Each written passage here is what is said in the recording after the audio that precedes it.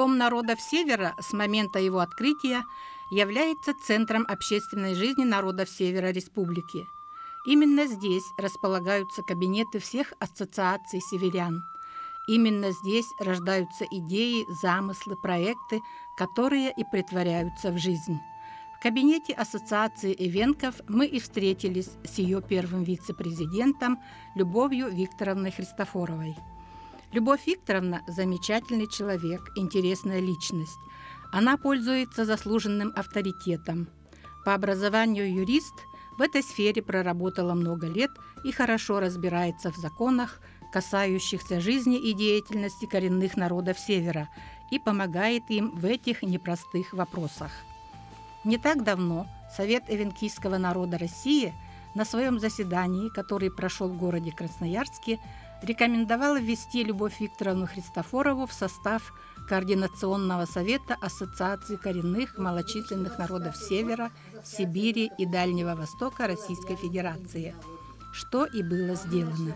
Мы с Любовью Викторовной поговорили о том, чем же был знаменателен для эвенков Якутии 2025 год, который уже подходит к концу.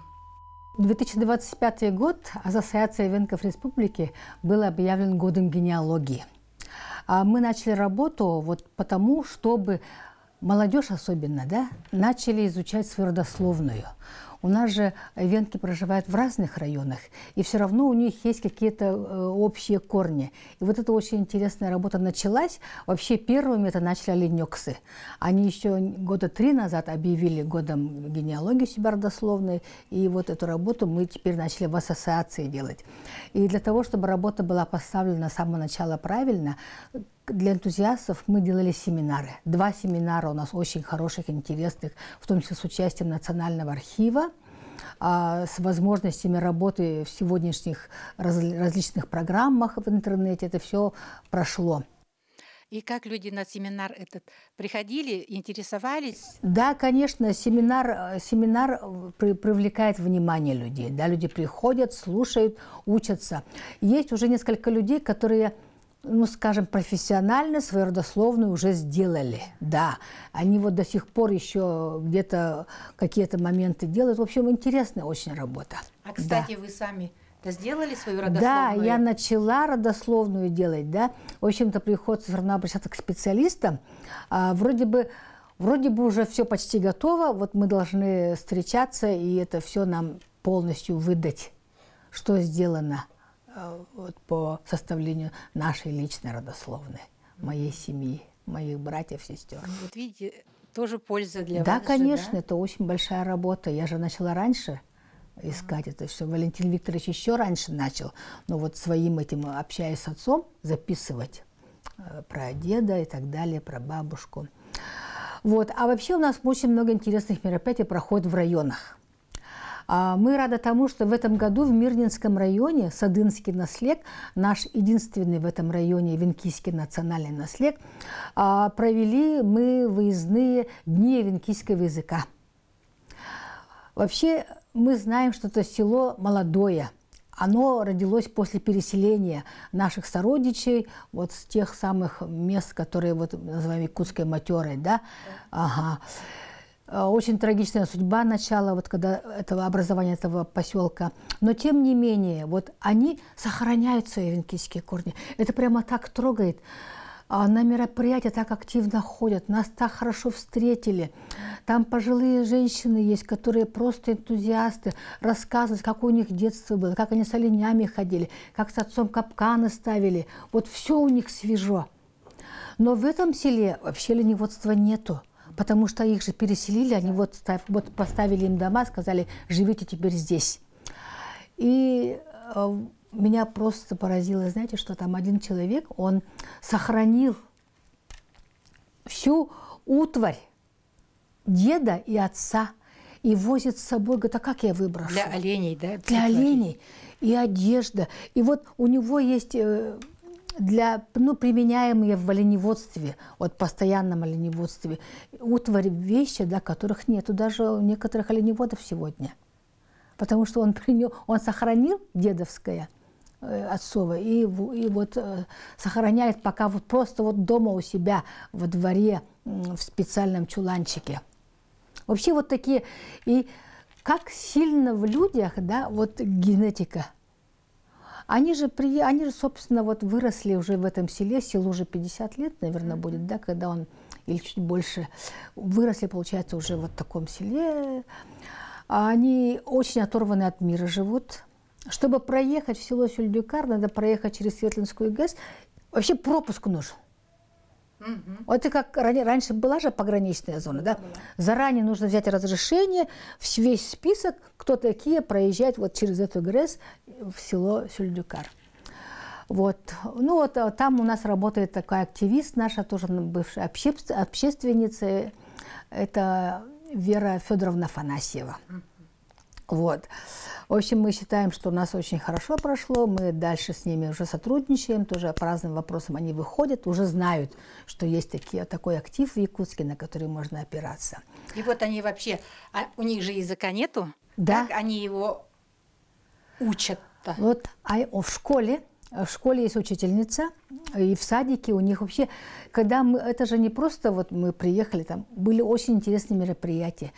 Научно-практическая конференция была, выступали все вот заведующий детским садиком, школа, библиотекарь, клуб выступал, да, и все вот рассказывали именно о том, как вот сохраняют эвенкийскую культуру и как вот работают над тем, чтобы возродился язык.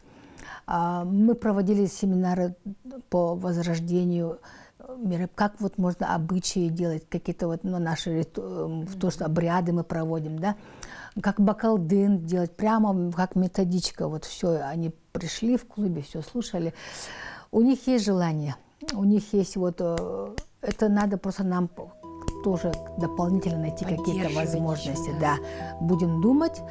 Там сейчас очень активно начала работать промышленная компания. В общем-то, они немножко далеки были от Тасюрях.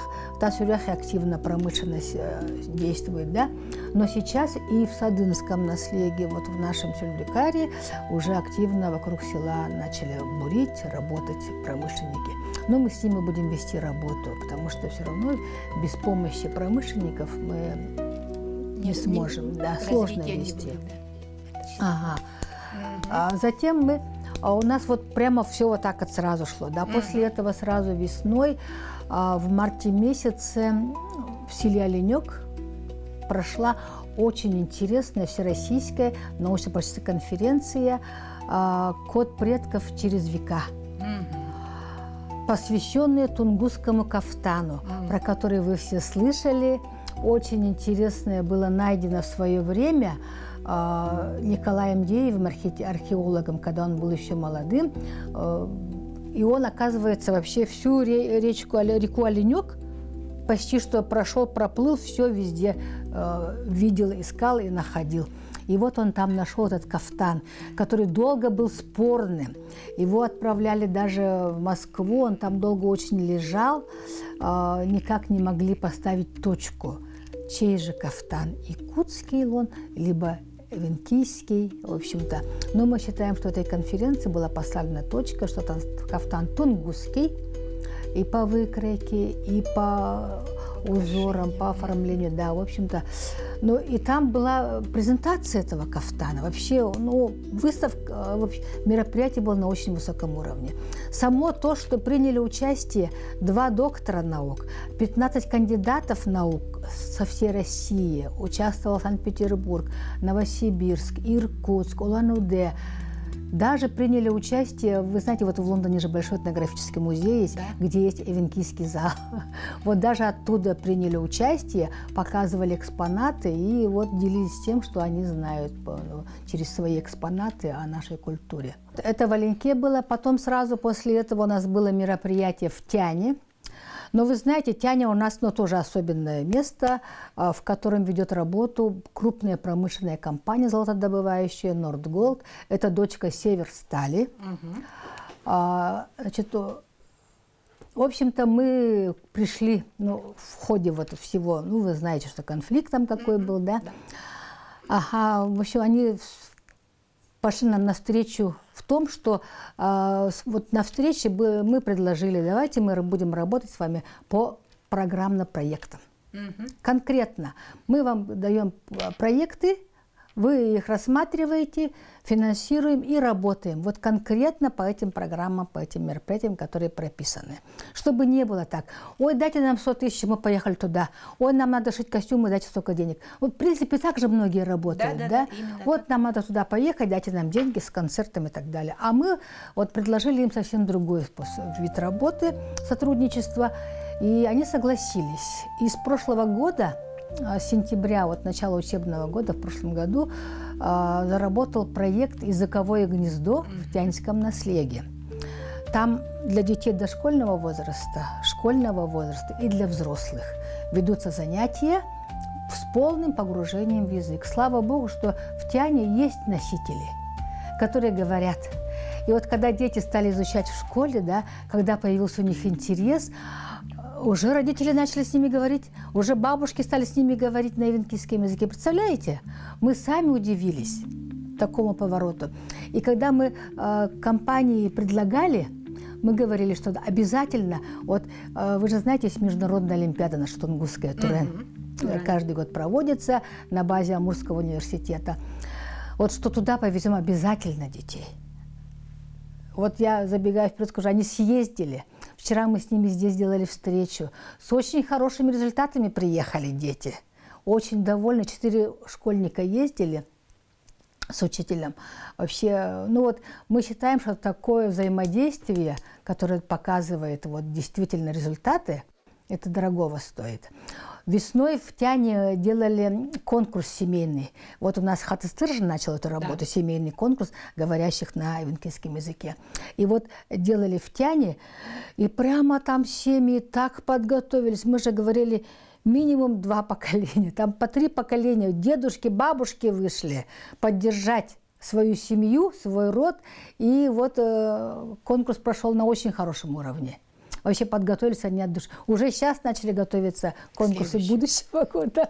Вот видите, как заразительно, да, да. Все это. А хорошо то, что компания поддерживает. Мы же призы, это же тоже стимул хороший.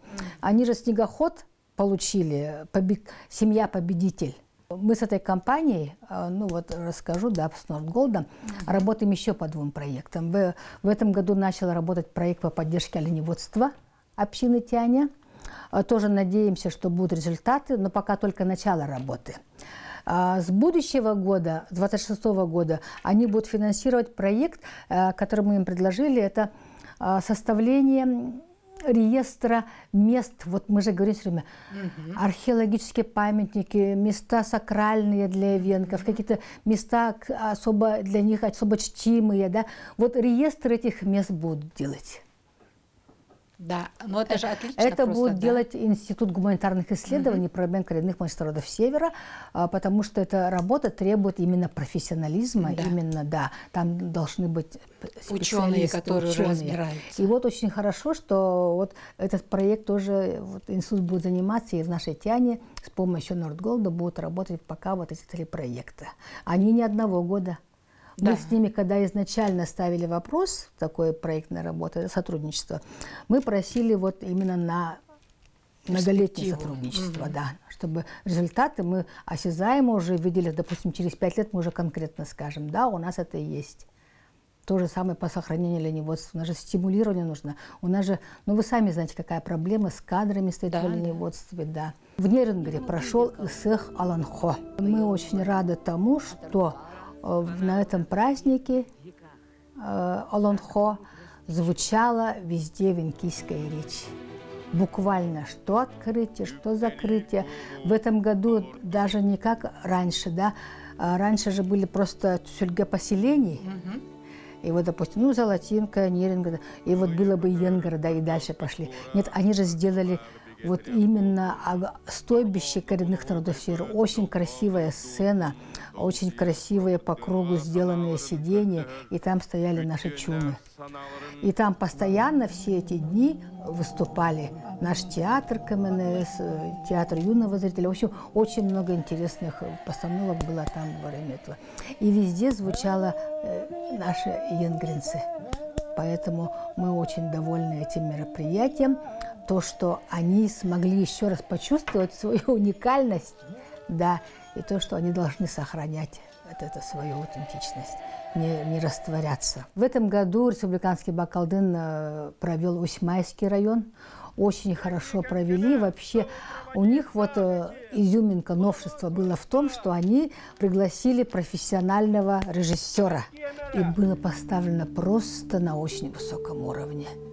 Открытие было прямо это целый, как говорится, спектакль театральный. Вообще очень здорово. И мы так были, ну, все воодушевлены этим открытием, таким широким участием. И очень здорово, что наш Бакалдын с каждым годом обретает все новые и новые краски. И у нас на соревнованиях, да, мы же проводим тоже многоборье северное среди наших мальчиков, парней. И вот это многоборье, участие с каждым разом становится все, как сказать, профессиональнее, и ребята вообще, ну, уже участвуют те, которые знают себе цену, и действительно они спортсмены, которые фанатично занимаются, там, допустим, перетягиванием палки, там, борьбой и так далее. В общем, очень интересно смотреть. Уровень, профессиональный уровень соревнований спортсменов, наших молодых людей, становится очень высоким. Мы этому очень рады. И, значит, вот каждый разом привлекается все больше ребят, которые хотят победить именно вот во время Бакалдына на этих соревнованиях. Это очень здорово. Любовь Викторовна, это все у нас относительно республики. А за пределами республики что у нас интересного было, в какие мероприятия, что нового они дали? Ну, в этом году весной был съезд Ассоциации коренных меньшинств народа Севера Сибири и Дальнего Востока Российской Федерации. Мы тоже участвовали в работе этого съезда в городе Москва. Ага. Там прошли перевыборы руководства нашей большой ассоциации. Сейчас возглавляет Навьюхов Александр Вячеславович, тоже сенатор от ХМАО, по-моему. Ага. Вот. Это, ну, такая вот работа. И после этого были сокровища, в которых тоже приняли активное участие наши мастерицы. Вообще вот «Сокровища Севера», да, сам вот этот фестиваль большой, он является уже для всех мастеров, мастериц наших, да, что косторезы, что швеи, что вот эти разные украшения, которые занимаются, да, декоративно-прикладное творчество. Это вот для них как самый главный, как их Олимпиада. Но, к сожалению, это требует очень больших средств. Мы на то, чтобы, не то чтобы даже поехать, да, ладно, кто-то как-то там заранее покупает субсидированные билеты, там, пенсионные, но аренда всего, вплоть до аренды стульев, там, розетки, это все стоит больших денег. Вообще нам надо думать с тем, чтобы республика реально помогала выезжающим мастерам на это мероприятие. Хотим мы, не хотим, но это для них, вот для людей творческих, да, там же, кроме этого, все кочевье Севера проходит. Да. Это целый танцевальный коллектив у нас выезжает, песенные коллективы выезжают, показывают себя, показывают свою культуру, развиваются они при этом, потому что они смотрят других. И вот очень большие расходы несет общественная организация, несут сами участники. Да, поэтому вот, ну, такие вот, скажем, тоже, да, это проблема. Это проблема участия вот в этих сокровищах Севера. Но народ у нас очень талантливый.